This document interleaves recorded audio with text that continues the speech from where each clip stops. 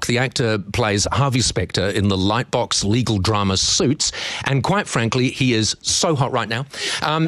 No, I did that quite well. You did. It surprised me. So hot right now. He's the man men want to be, and the woman the man that women want to be with. I didn't do that as well as he's so hot right now, which is not a bad spot to be. Gabriel joins me. Gabriel, good morning. Thank you. Thank you for coming in. Thanks, it's a funny thing now, isn't it? Because programs are on so many different blooming platforms everywhere. You must literally be famous everywhere. I am, and I was the day I was born. Oh, nice. I'm not kidding. No, actually, I'm totally kidding. Yeah, the fame thing has happened in the last few years since the arrival of Suits. And, you know, it is pretty global right now. I mean, it's everywhere I go. People recognize the show. They recognize the character. It's I'm super appreciative of the opportunity. And does it sort of catch you by surprise sometimes? Like, have you ever been in like a far-flung nook or cranny of the world and someone's come up to you for an autograph? Yep. I was in Iceland and some kid almost lost his breath. He crouched over and he was like, oh! I said, well, what's going on, man? What's happening? He says, Harvey Specter!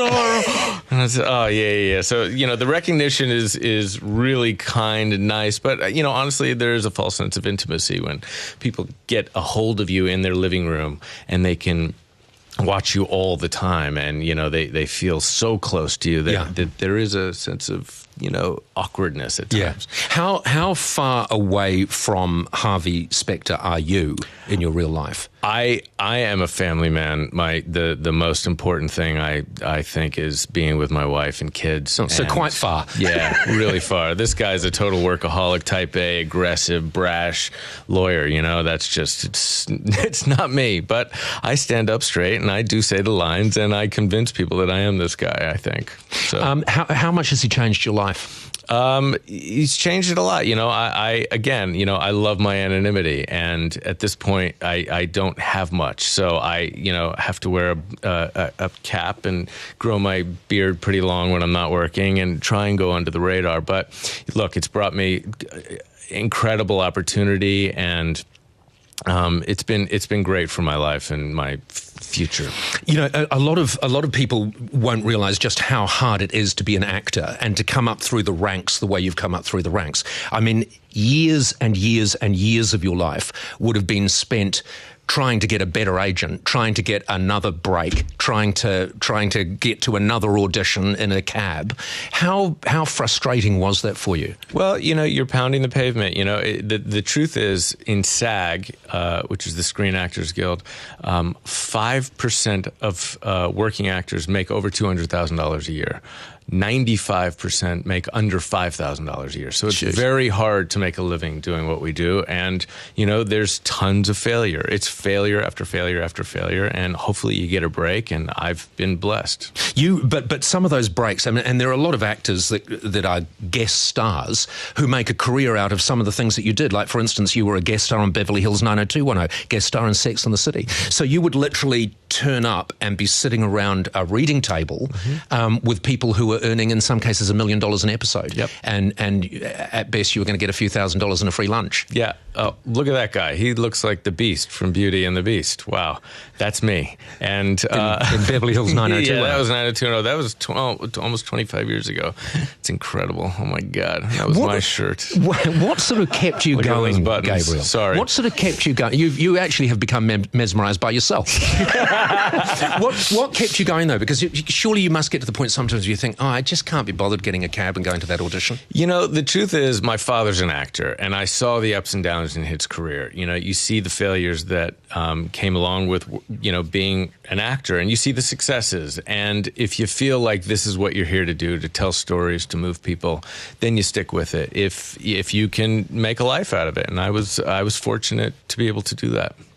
Do you worry that people think you're sexy, and women, I mean, I guess women sometimes just literally throw themselves at you. They're throwing themselves at Harvey Specter, but you're that person. Does that cause you problems?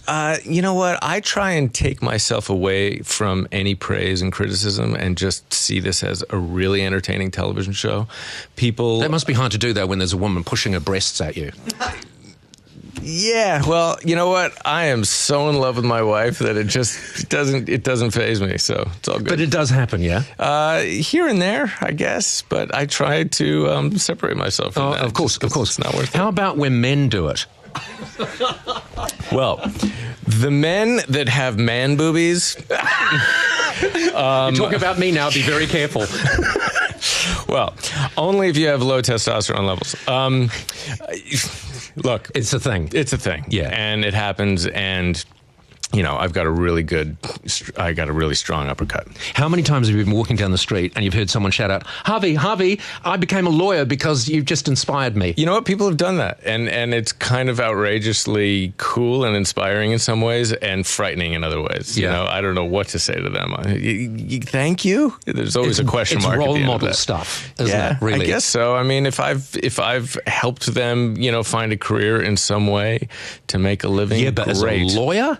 Yeah, I don't know. I mean, it can be a sketchy place to spend your time. I suppose the other thing too is that it could be very misleading as well, because I mean, when you watch Suits, it's always full on. It's something important is always happening. There's always a deal going down.